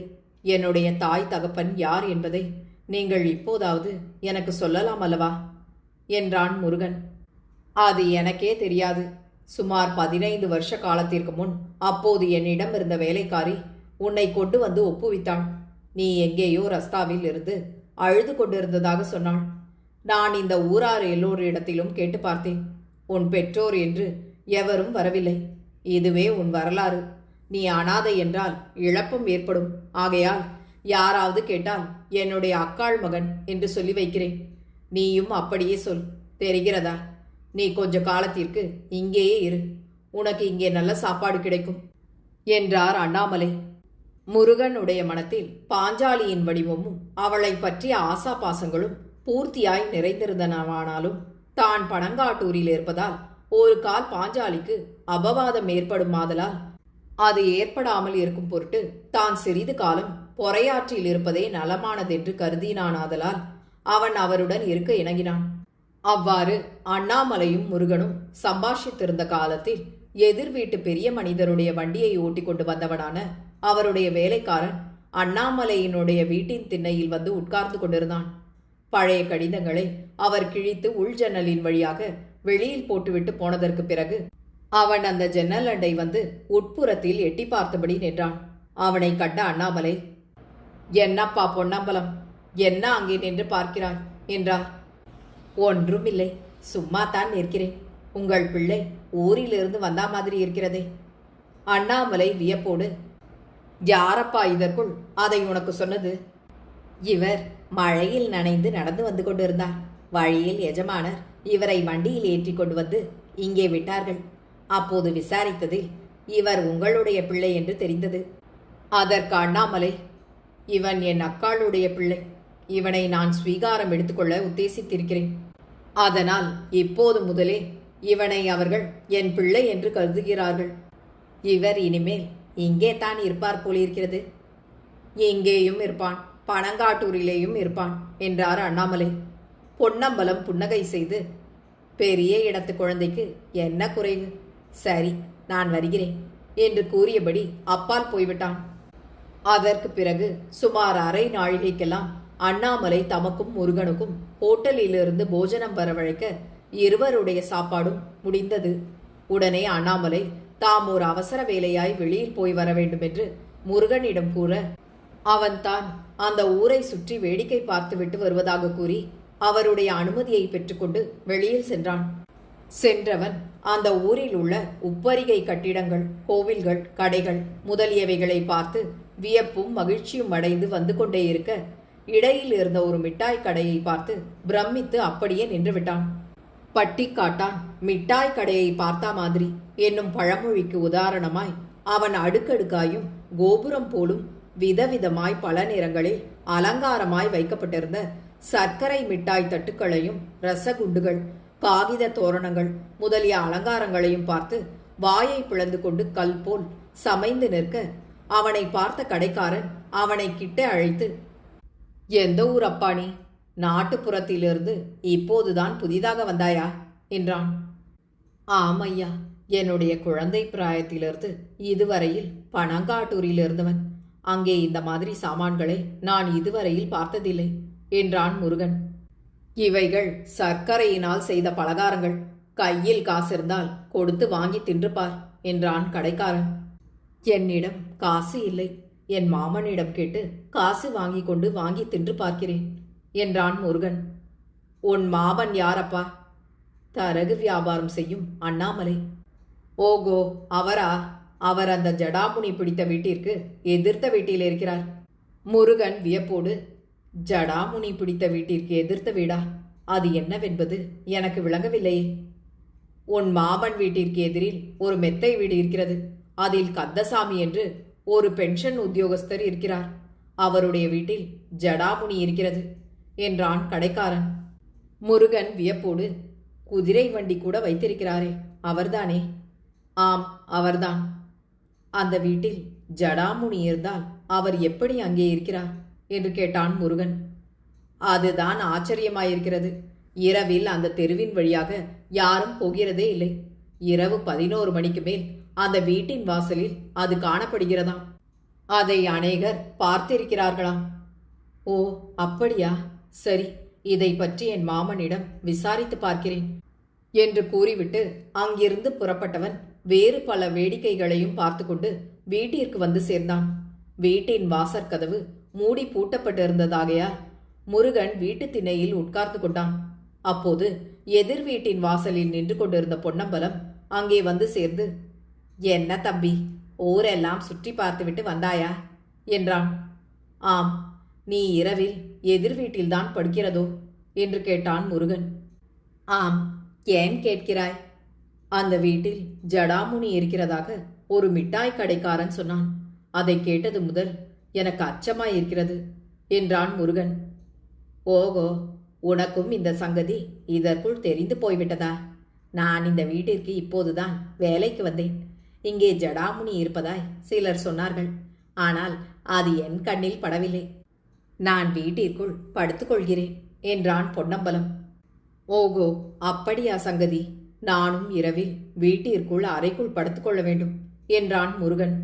அப்போது அண்ணாமலை வந்தாராதலால் பொன்னம்பலம் அவளோடு எதிர் வீட்டிற்கு போய்விட்டான். அண்ணாமலை வீட்டின் கதவை திறந்து உள்ளே செல்ல முருகனும் அவருடன் தொடர்ந்து சென்றான். அவர், "என்ன முருகா, ஊரையெல்லாம் சுற்றி பார்த்தாயா?" என்றார். "பார்த்தேன். ஒரு மிட்டாய் கடைக்காரன் எதிர் வீட்டில் ஜடாமுனி இருக்கிறதென்று சொன்னான். அது நிஜம்தானா?" என்று கேட்டான் முருகன். "என்னிடம் கூட சிலர் சொன்னார்கள். நான் அதை நேரில் பார்க்கவில்லை. இருந்தாலும் இரவில் வெளியில் போக அச்சமாய்த்தான் இருக்கிறது."